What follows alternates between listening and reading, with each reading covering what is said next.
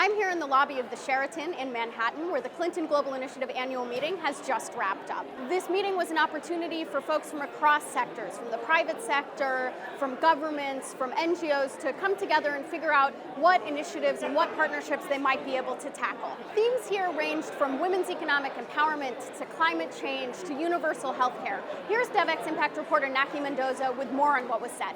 The theme this year was the future of impact against the backdrop of the Sustainable Development Goals that were officially adopted last week.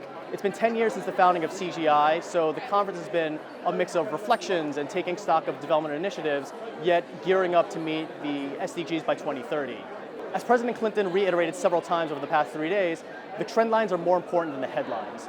Yes, there are many bad things that are going on in the world, but development indicators generally are on a positive trajectory. President Clinton kept referring to the fact that the top 6 fastest growing economies in the world are all in Africa, or that 46 million more children have better access to education, and 27 million people have improved access to clean drinking water compared to 10 years ago. Another theme that has been fleshed out has been the transformative power of information technology and how it can be used to bring about shared prosperity.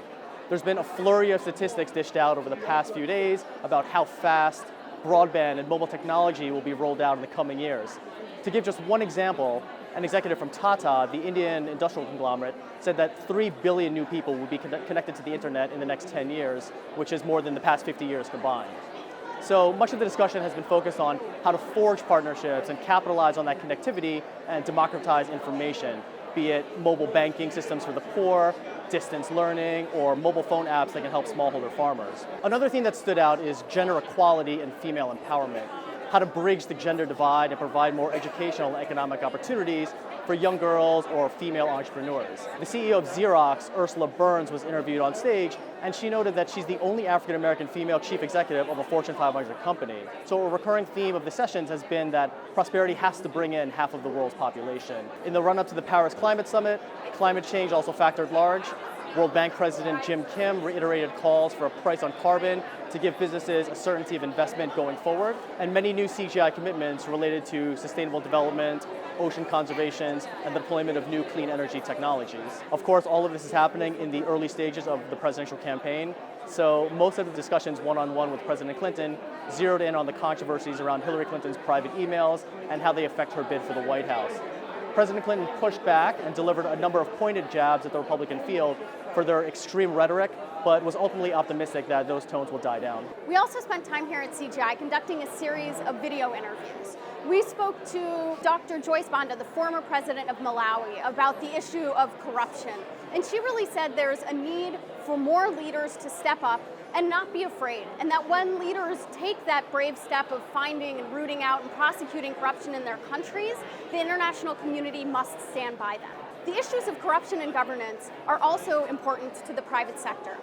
And certainly corporations and businesses have had much more visibility at this year's events in New York.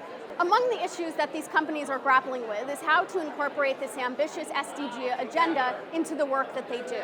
Bob Collymore, the CEO of Safaricom, talked about how his company is doing just that. So the first thing we're doing is we're publishing our new sustainability report in the next 2 or so weeks. Beyond that, we then start to look at the coming year. And the coming year, our sustainability report will be built around the SDGs. So we will, the last time we looked at what were the material matters for us, this time we will say, what are the material matters in relation to the SDGs? So these are the ones, and we will state very clearly, these are the things which we're going to be targeting on, and these are the things which we're going to be reporting on. Right? Because I think if you don't get some proper metrics, and if you're not reporting on it, then it's going to be a pointless exercise. There's certainly been a lot of enthusiasm here this week, but sort of the undertone within that has been that when we go home, the hard work starts. Kathy Calvin, the president and CEO of the United Nations Foundation, has a different take. I think we make a mistake when we say, now for the hard work. This is the exciting time, actually, because we are not going to do development the way we did for the last 15 years. It's going to be much more bottom co-creation, and it's always been from the outside in. So identifying that those people need that solution and that solution and that solution. Now we're going to start with the people and the person and say what's needed and how do we bring all those solutions to bear. So I think it's a really exciting time to be moving to implementation because it will require us to do some things differently. It's been a great week here in New York. Stay tuned to DevX.com for much more.